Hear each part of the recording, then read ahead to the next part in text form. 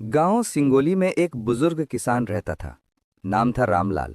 चेहरे पर झुर्रियां थीं, हाथों में मेहनत की लकीरें और आंखों में उम्मीद की चमक। वो बचपन से ही खेतों में काम करता आ रहा था। उसके पास ज्यादा जमीन नहीं थी, बस 2 बीघा खेत, लेकिन उसी से उसका पेट भरता था और वही उसकी दुनिया थी। रामलाल सुबह 4 बजे उठ जाता, भोर की हवा में बैल को हल में जोतता और खेत की ओर निकल पड़ता। सूरज निकलने से पहले ही उसकी मेहनत शुरू हो जाती थी। उसका बेटा राजू शहर पढ़ने गया था। रामलाल चाहता था कि उसका बेटा खेतों में ना फंसे, वो बड़ा आदमी बने। लेकिन पिछले साल की बात है, बारिश बहुत कम हुई। रामलाल की फसल सूख गई। सरकार की तरफ से कुछ मुआवजा मिला, लेकिन उतना नहीं कि नुकसान की भरपाई हो सके।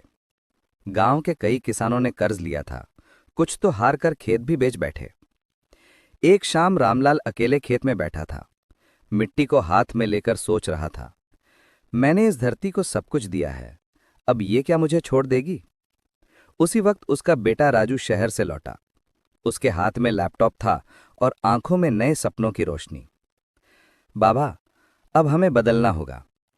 हम भी जैविक खेती करेंगे, इंटरनेट से सीखेंगे, खेतों में ड्रिप इरिगेशन लगाएंगे, लागत कम करेंगे, मुनाफा बढ़ाएंगे।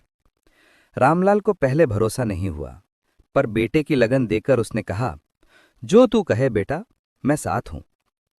अगले कुछ महीनों में खेत में बदलाव दिखने लगा। केमिकल छोड़कर देसी खाद डाली गई।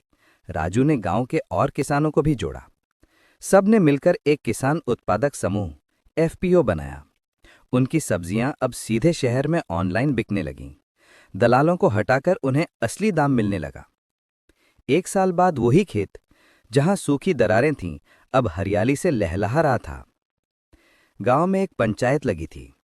एक सरकारी अफसर ने रामलाल से पूछा, आपकी सफलता का राज क्या है?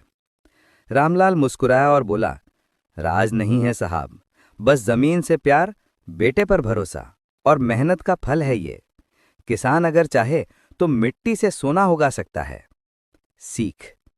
ये कहानी सिर्फ रामलाल की नहीं है, ये हर उस किसान की कहानी है जो कठिनाइयों के बाद भी हार नहीं मानता, जो धरती से जुड़ा है लेकिन आसमान छूने का हौसला रखता है।